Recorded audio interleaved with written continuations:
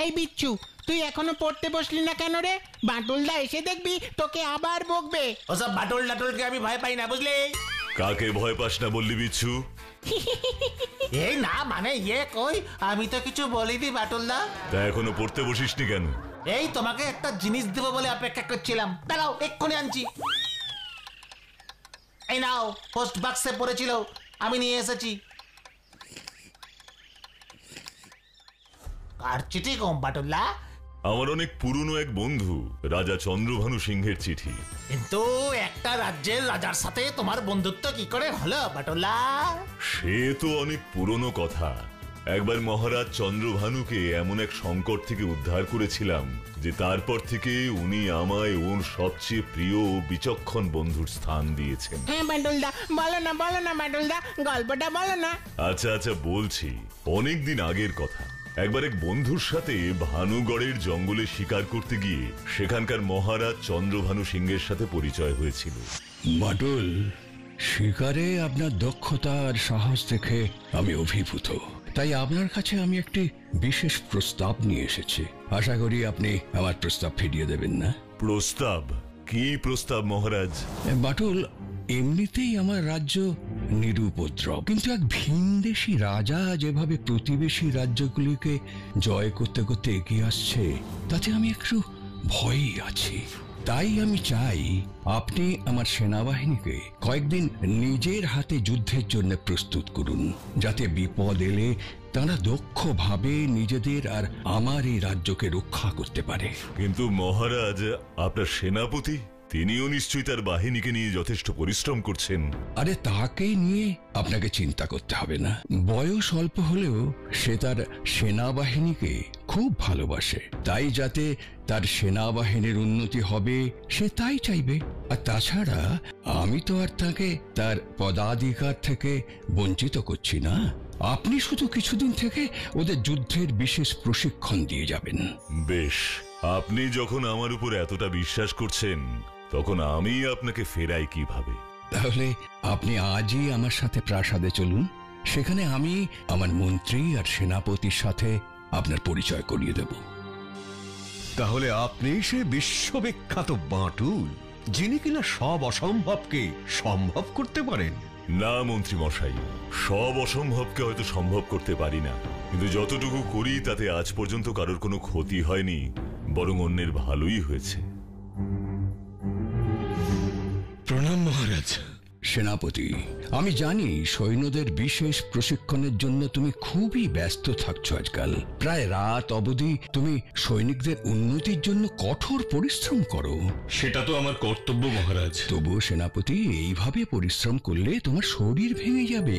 তাই আমি ঠিক করেছি আগামী 1 মাসের জন্য তোমার সৈন্যদের বিশেষ প্রশিক্ষণ দেবে আমার বিশেষ বন্ধু এই বাটুল। মহারাজ যে আমার কথা ভেবে এত বড় একটা সিদ্ধান্ত নিয়েছেন তাতে আমি সত্যি খুব সম্মানিত বোধ করছি। কিন্তু মহারাজ, এই সেনাবাহিনীকে আমি নিজের হাতে তৈরি করেছি, তাই এদের দায়িত্ব আমি যার তার হাতে তুলে দিতে পারবো না। আপনি বরং ওকে ফেরত যেতে বলে দিন মহারাজ। না সেনাপতি, বাটুলকে আমি এখানে ডেকেছি শুধুমাত্র তোমার দায়িত্বভার লাঘব করবার জন্য নয়। প্রতিভা আমি নিজের চোখে যাচাই করেছি এবং আমার মনে হয় আজকে আমরা যে বিপদের আশঙ্কা করছি তা থেকে উদ্ধারের জন্য এ রাজ্যের সেনাবাহিনীর বাটুলের প্রশিক্ষণ অত্যন্ত প্রয়োজন।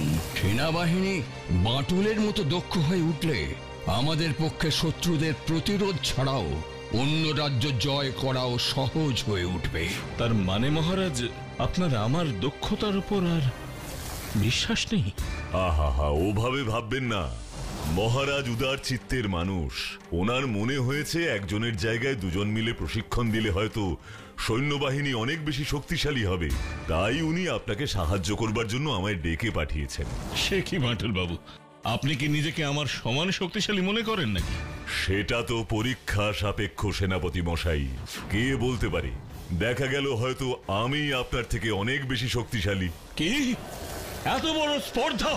মহারাজ, আপনি তাহলে কাল সকালে প্রশিক্ষণের আগে আমাদের দুজনের একটা প্রতিযোগিতার ব্যবস্থা করুন। তাহলে কালকেই প্রমাণ হয়ে যাবে কে বেশি যোগ্য।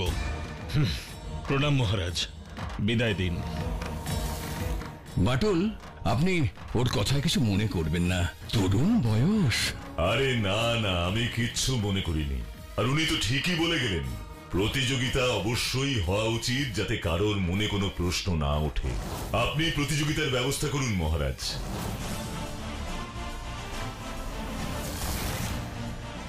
বাটুল বাবু, আজ পর্যন্ত আমি কিন্তু কোনোদিন লক্ষ্যচ্যুত হইনি। সাবধানে থাকবেন। নিশ্চিন্তে থাকুন সেনাপতি মশাই, আজকেও লক্ষ্যচ্যুত হবেন না।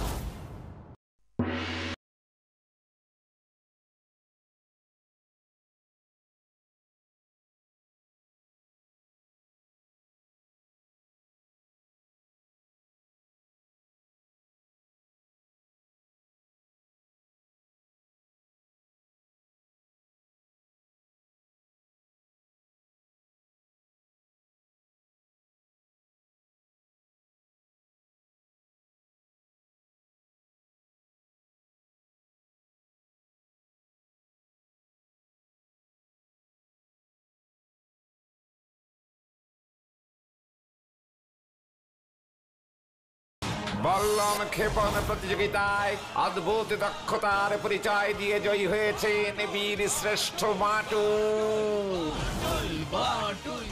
এবার আর কিছুক্ষণের মধ্যেই শুরু হবে ধনুর্বিদ্যা প্রদর্শন। আর তীর ক্ষেপণের লক্ষ্য হবে এই ঘণ্টাটি, পর পর দুবার ঘণ্টার ধ্বনি হয়ে। আর প্রতিটি ঘণ্টার ধ্বনির শেষে একজন একজন করে তীর ছুড়িবেন।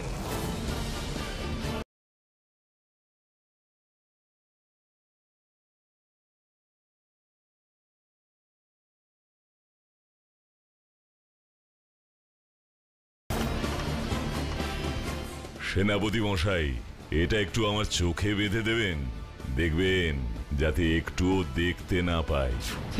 এসব আবার কি বুঝলু কি? আহা, দেখাই যাক না।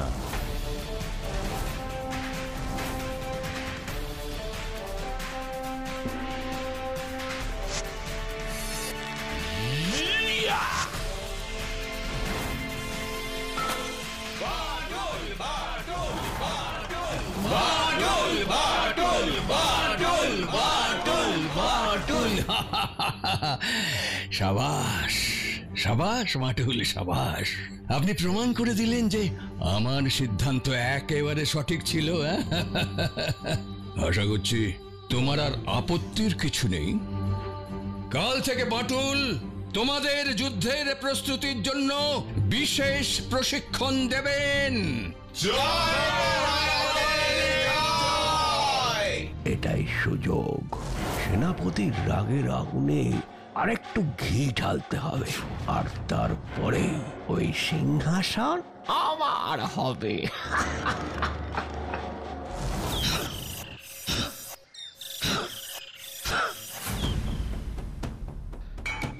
শুভ সন্ধ্যা মন্ত্রী মশাই। আর শুভ? রাজ্যের যা হাল, আমাদের জন্য কোনো কিছু আর শুভ নয়। কেন, কি হয়েছে মন্ত্রী মশাই? এরকম ভাবে বলছেন কেন? বুঝতে পারলে না? ঘাড়ের উপর শত্রু রাজা নিঃশ্বাস পড়ছে, তারা বড় এক বাটুল এসে জুটেছে। কেন, সে আবার কি করলো? সেই তো সারাক্ষণই রাজার কানে মন্ত্রণা দিয়ে যাচ্ছে, আর আমাদের রাজামশাইও ওর কথায় নাচছে। তোমার চাকরিটা তো খেয়েই ফেলেছে, এবার মনে হচ্ছে আমার চাকরিটাও খাবে। হ্যাঁ, আমার চাকরিটা খেয়ে ফেলেছে মানে? আপনি এত নিশ্চিত হয়ে কি করে বলছেন মন্ত্রী মশাই? তুমি ভাবো না, একজন সেনাপতির প্রধান কাজটা কি? নিজের সেনাবাহিনীর নেতৃত্ব দেওয়া। এখন তোমার সেনাবাহিনীর দায়িত্বই যদি অন্যের হাতে চলে যায়, তাহলে তোমার পদমর্যাদার বহালটাকে কি করে? আজ এই বাটুলকে আমি দুটুকরো করে ফেলবো। দাঁড়াও সেনাপতি, এখনই এত উত্তেজিত হয়েও না। আর তাছাড়া বাটুলকে মেরে হবে কি? বাটুল কি নিজে নিজে এখানে এসেছে? বাটুলকে কে মাথায় তুলেছে? মহারাজ। নিশ্চয়ই মহারাজের বুদ্ধি শুদ্ধি সব লোপ পেয়েছে, না হলে এই সংকটের সময় তোমার মতন বিশ্বস্ত মানুষকে বাদ দিয়ে বাইরের একটা লোককে ঘরে ডেকে আনে? এই রাজ্যের সিংহাসনে এখন একজন বিচক্ষণ, সাহসী, বুদ্ধিমান রাজার প্রয়োজন, যে নিজের কাছের মানুষদের চিনতে ভুল করবে না। এরকম মানুষ কে আছেন মহামন্ত্রী? মহারাজের তো কোনো পুত্র সন্তানও নেই। হিসেব মতো রাজার যোগ্য উত্তরসূরি কেউ না থাকলে মন্ত্রী সিংহাসনে বসতে পারে। তবে যদি কোনোদিন আমি সিংহাসনে বসি তাহলে রাজসভায় তোমার সম্মান আরো বৃদ্ধি পাবে। আমার প্রধানমন্ত্রীর থেকেও তোমার ক্ষমতা বেশি হবে। কিন্তু এসব কি করে সম্ভব মন্ত্রী মশাই? দরকার হলে আমাদের নিজেদেরই দায়িত্ব নিয়ে এই কাজটা করতে হবে। প্রয়োজনে আমাদের শত্রু রাজার সাথে হাত মেলাতে হবে। কিন্তু কোনো কিন্তু নয় সেনাপতি, ভুলে যেও না শত্রুই বন্ধু হয়। তার মানে আপনার কথা মতো আমি ভানুগড় আক্রমণ করব, আপনার সেনাপতি তার বাহিনীকে হুকুম দেবে না, আর আমরা জিতে যাব, আর তারপর আপনি হবেন ভানুগড়ের রাজা, কি তাই তো? জি হুজুর, জি হুজুর। আমার কাছে অন্য একটা প্রস্তাব আছে। কি প্রস্তাব হুজুর? বলছি, যে রাজ্যের মন্ত্রী আর সেনাপতি দুজনেই রাজার বিপক্ষে থাকে, সেই রাজ্যকে তো আর আলাদা করে আক্রমণ করার প্রয়োজন নেই। তার থেকে আমি বরং রাজাকে আত্মসমর্পণ করতে বলি। আপনারা দুজন রাজাকে বন্দি করে আমার কাছে নিয়ে আসুন। শুধু রাজাকে আনার সময় রাজকোষের অর্ধেক ধন সম্পত্তি আমার জন্য নিয়ে আসবেন। মানে অর্ধেকই নিয়ে নেবেন? বেশ বেশ, নিশ্চয় নিশ্চয়। আপনি শুধু এই প্রস্তাবগুলো পত্রের মাধ্যমে চন্দ্রভানু সিংহের নামে পাঠিয়ে দিন, বাকিটা আমরা দুজন দেখে নেব।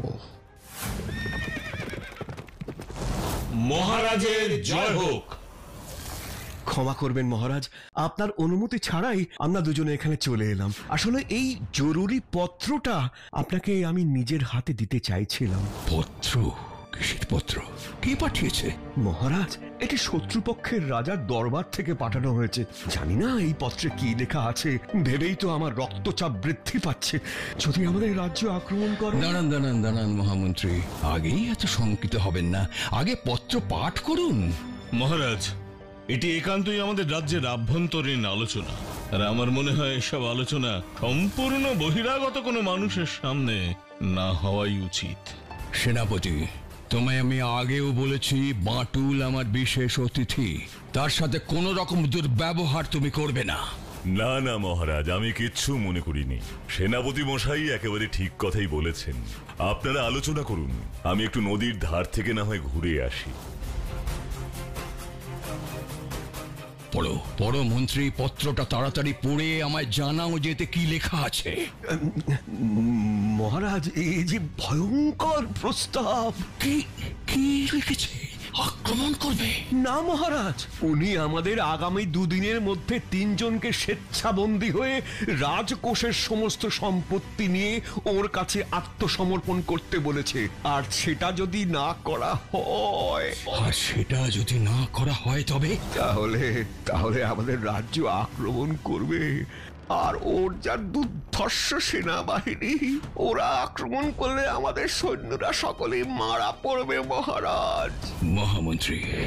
মহামন্ত্রী, তাহলে আমাদের এখন কি করা উচিত?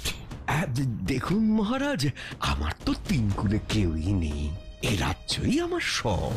তাই আমি বন্দী হলে যদি এই রাজ্য বাঁচে, তাহলে আমি বন্দী হওয়াই ঠিক মনে করি মহারাজ। সেনাপতি, তুমি কি বলো? মহারাজ, একজন সেনাপতির কাছে তার সেনাবাহিনী সন্তানের মতো, তাই আমিও চাইবো না যুদ্ধে আমার সেনারা প্রাণ হারাক। তার জন্য যদি আমাকে প্রাণও দিতে হয়, তাতে আমার কিচ্ছু যায় আসে না। আমিও আত্মসমর্পণের পক্ষে মহারাজ। ঠিক আছে, আমাদের হাতে তো পরশু অবধি সময় আছে। আমাকে আজকের রাতটা ভাবতে দিন মহামন্ত্রী। নিশ্চয় নিশ্চয় মহারাজ, ভাবতে হবে বই কি। তবে আমি এও জানি, আপনার মতন প্রজাবৎসল রাজা কখনোই যুদ্ধের পক্ষে সিদ্ধান্ত নেবেন না। শত্রুপক্ষের কাছ থেকে মহারাজের কাছে কি সংবাদ এলো? যুদ্ধের আহ্বান নাকি? যুদ্ধ হলে তো রাজা চন্দ্রভানুকে সাহায্য করতে হবে আমায়, আর আমি যুদ্ধে নামলে কারোর সাধ্য নেই যে চন্দ্রভানুকে পরাজিত করে। কিন্তু পত্র পাঠের পরেও তো তেমন যুদ্ধকালীন তৎপরতা নজরে আসছে না। স্ট্রেঞ্জ।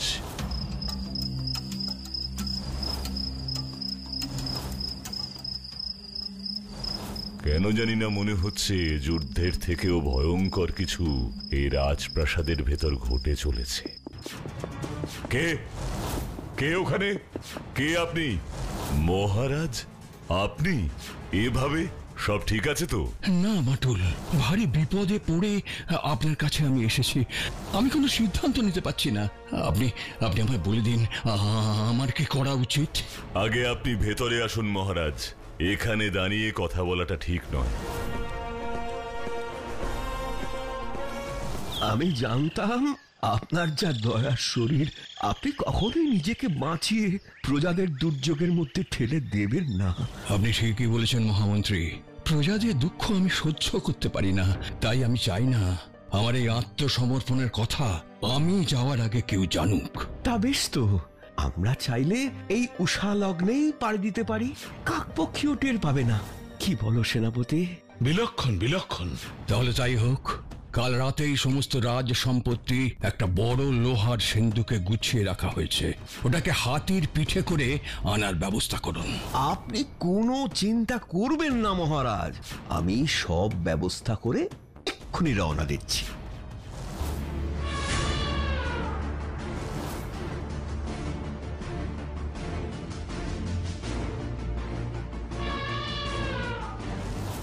এখন মহারাজের মাথায় সুসজ্জিত ছাতা, কিন্তু আর কিছুক্ষণের মধ্যেই মহারাজের মাথায় বাজু পড়বে। বন্দি করো রাজাকে।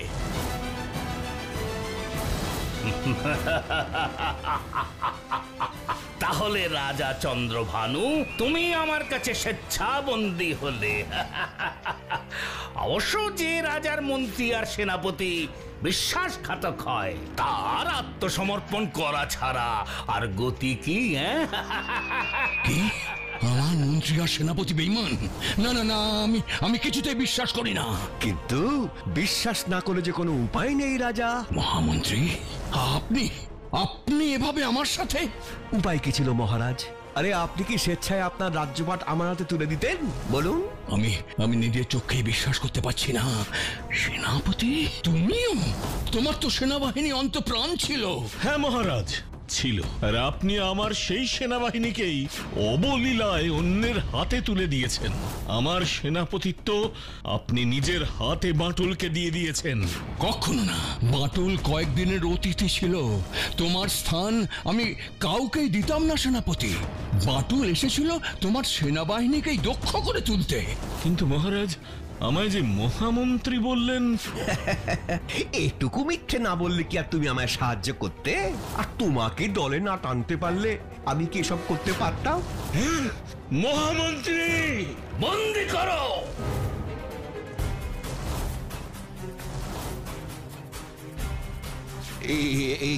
কি আমাকে বন্দি করছো কেন? হুজুর দেখুন, এরা কি ভুল করছে দেখুন। ভুল নয়, ভুল নয়, আমার আদেশে। তুমি কি করে ভাবলে মন্ত্রী ভানুগড়ের রাজত্ব আমি তোমার হাতে তুলে দেব? মানে মানে বেঈমানি শুধু তুমি করতে পারো, বুদ্ধি শুধু তোমার একারই আছে। তুমিও বাকি দুজনের মতোই বন্দী। দেখি দেখি এবার ভানুগড়কে কে বাঁচায়। বাটুল!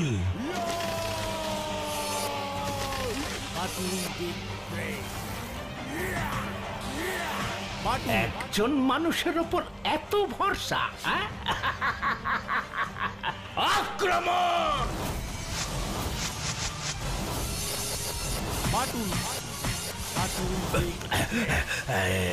এসব এসব কি হচ্ছে? কি হচ্ছে? হচ্ছেটা কি?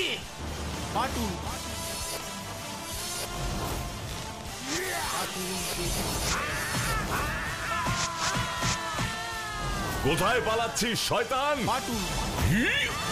এর ব্যবস্থা রাজ্যে ফিরে করবেন মহারাজ। আমার খুব বড় ভুল হয়ে গেছে মহারাজ, আমায় ক্ষমা করে দিন। সেনাপতির কোনো দোষ নেই মহারাজ। আমি নিজেই আমার স্বার্থে অন্ধ হয়ে সেনাপতিকে ভুল বুঝিয়েছি। আপনি আমায় মৃত্যুদণ্ড দিন মহারাজ। না মহামন্ত্রী, না। আপনাদের সাহায্য ছাড়া আমার রাজ্য তো অচল। সবকিছু ভুলে চলুন, আমরা আবার আগের মতো রাজ্যের দেখাশোনা করি। আমি তাহলে এবার আসি মহারাজ। আসুন বাটুল, আপনার ঋণ আমি কোনোদিন ভুলব না। আর পারলে আমাদের ক্ষমা করে দেবেন বাটুল বাবু। আমি আপনাকে ভুল বুঝেছিলাম। আপনি সত্যি সত্যি অসম্ভব শক্তিশালী। আর শুধু শক্তিশালী নয়, সবার থেকে বেশি বুদ্ধিমান। আপনার তুলনা আপনি নিজেই। আজ থেকে আমি আপনার ভক্ত। না না, এভাবে বলবেন না। আজ থেকে আমরা সবাই বন্ধু। এভাবেই সবার সাথে আমার একটা সুন্দর বন্ধুত্ব তৈরি হয়ে গেল। একজন রাজা আমাদের বাটুলদার বন্ধু, ভাবতেই কি থ্রিলড লাগছে রে। বন্ধুত্ব কি আর রাজা ফকির দেখে হয়? বন্ধুত্ব হয় দুজন মানুষের মনের মিল হলে। কি তাই না?